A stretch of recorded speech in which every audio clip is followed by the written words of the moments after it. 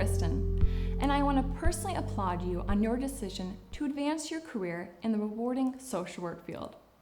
As you know, the first step to a successful career in the field is passing the social work licensing examination. Admittedly, studying for the exam can be daunting. Many students can become overwhelmed and are left wondering how to take the first step. This video is designed as a roadmap to help you navigate the test preparation process and answer a few of your most pressing questions. In the end, you should have a greater understanding of where to begin, how to prepare, the types of questions you'll encounter, and of course, how to answer those questions. So let's go ahead and get started. Where do I begin? That's a great question. One of the best ways to begin is to familiarize yourself with a general exam overview. The social work licensing examination is a 170-item multiple choice exam. You're allowed 4 hours to complete it. The exam is designed to serve as an objective means of evaluating your readiness to work independently as a social worker. The word objective refers to the scoring and indicates there is only one correct answer. Objectives tests rely heavily on your skills to read quickly and reason out the answer. Since your exam is multiple choice, success on the exam also has to do with your skills as a test taker. It's our experience that being a good test taker can add 15 to 20 points to your score. The Association of Social Work Boards, or ASWB, offers 4 different levels of examination. Academic Review has home study programs for the Bachelor's Master's and the Clinical Advanced programs. The number of questions needed to pass varies with each administration of the exam due to slight differences of test items. However, the scaled passing score, which is 70 or 75%, depending on your state, remains constant.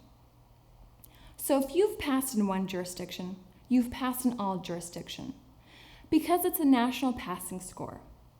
Also, the ASWB intermittently updates or modifies the exam, so be sure to check aswb.org for any updates. How do I prepare? While there are many good answers to this question, the best answer is this: practice, practice, practice. Have you ever become panicked during an exam because you realize that you're running out of time and may not be able to answer every question? This is a very common problem.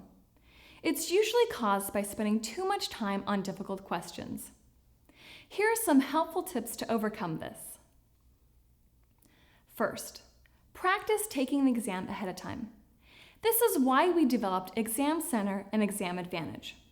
The power of Exam Center and Exam Advantage is that it allows you to closely simulate both the content of the exam as well as the format of the exam. This will make you completely prepared to pass your exam. Second, learn to mark those difficult questions. Making the decision to skip a question should be done quickly. Simply mark the question and move on to the next one.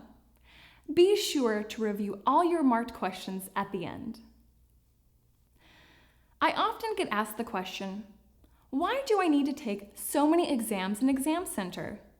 This is an important and valid question. Why should you spend so many hours taking our practice exams and answering hundreds of questions? Simple. Practice makes perfect. An essential component to success on your exam is to practice taking the exam. When you take and retake academic reviews online exams, you're building good test-taking skills. By taking the exams, you turn this act into something more automatic. This taps into your implicit memory. Implicit memory is a type of memory where you put into practice all your previous experiences. This concept arises from priming. Priming facilitates implicit memory by providing you clues to recall the information. The presentation of this information, provided that you have seen the concept before, will result in choosing the correct answer. This is the goal of Academic Review's online exams. We want you to become so familiar with taking these exams that you won't even have to think about it. Be sure to contact us to get your Exam Center account set up as soon as possible. We also have study packages that include Exam Center and Exam Advantage. The sooner you begin taking your online exams, the better prepared you will be for your exam. Another question you may have is, what types of questions are on the exam? You may encounter a variety of questions on your exam. We cannot say for sure what they may be. However, I'd recommend that you become familiar with 3 types of questions: recall questions, note key phrases or words, and case questions. First, let's look at the straightforward recall question. A recall question asks you to retrieve specific information from memory. This may sound simple enough, and it can be. This will be your first objective during your study process. Learn the information at the recall level. Here's a practice question from one of our exams in Exam Center. It requires you to recall the information you learned about this concept. A straightforward question with a straightforward answer. The purpose of Public Law 94-142 is to what? This type of question is asking you to recall specific information regarding a public law. Rote memorization would have you recall the answer even before looking at the answer choices. Public Law 94-142 ensures placement of handicapped students in the least restrictive education environment.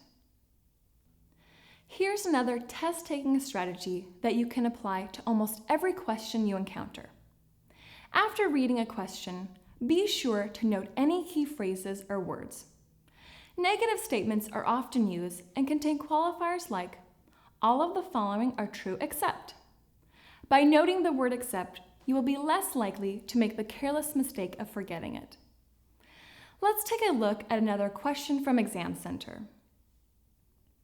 When leading a crisis group, a social worker's focus is likely to include all of the following except.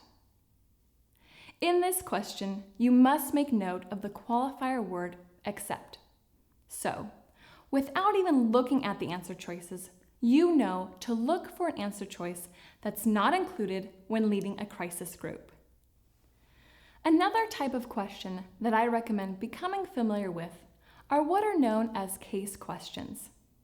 Case questions ask you to respond to a specific aspect of a practice question, usually a case involving a hypothetical client.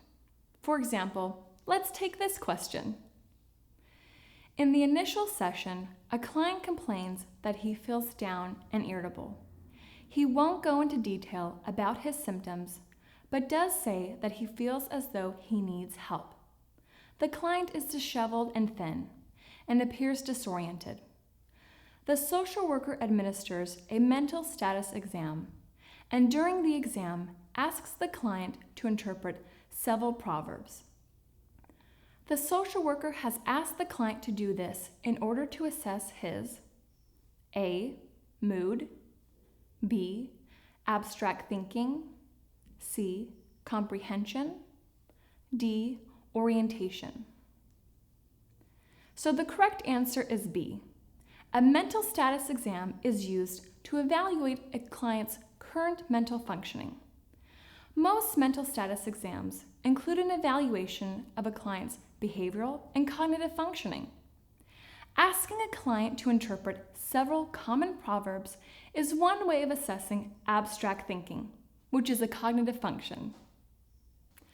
Now that you are familiar with the types of questions you may encounter on your exam, let's focus on how to answer the multiple choice questions. This section will provide some helpful suggestions on how to improve your odds of choosing the best answer choice. You may encounter some questions with opposite answer choices. This is what we call echo options. The answer options are almost a mirror of one another, with only slight differences. Let's take a look at an actual exam center question. This question has two options that appear the same, but they vary slightly. The head of a psychological clinic hires a consultant to help therapists deal with some particularly difficult cases at the agency. This is an example of A. Consultee-centered administrative consultation, B. Client-centered administrative consultation, C. Consultee-centered case consultation, D. Client-centered case consultation. After reading all of the answer choices, you can see how they're grouped as either consultee-centered or client-centered. Use the question as a guide to eliminate at least two answer choices. Now, we can narrow it down to the two choices about client-centered consultation. You're drawing from your test-taking skills. Client-centered case consultation involves working with a therapist to develop a plan to work more effectively with the clinic's patients. So the correct answer is D. Now it's time to take action. Hopefully, these test-taking strategies have provided you with the necessary information to jumpstart your exam preparation. Academic Review is here to assist you each step of the way. As a leading provider of examination preparation resources since 1976, Academic Review has partnered with thousands of social workers to successfully navigate the road to licensure. Be sure to call our toll-free customer support line at your convenience. They'll take the time to explain our home study programs, which include our online exams, concise study volumes, audio CDs, and flashcards. We also offer virtual online workshops and virtual study strategy workshops to fit any lifestyle and schedule for you, the mental health professional. Or speak with one of our knowledgeable education consultants to set up a personalized study schedule. The consultant will outline the best route to pursue based on your learning style, study history, and current test-taking skills. We look forward to being your partner for exam success.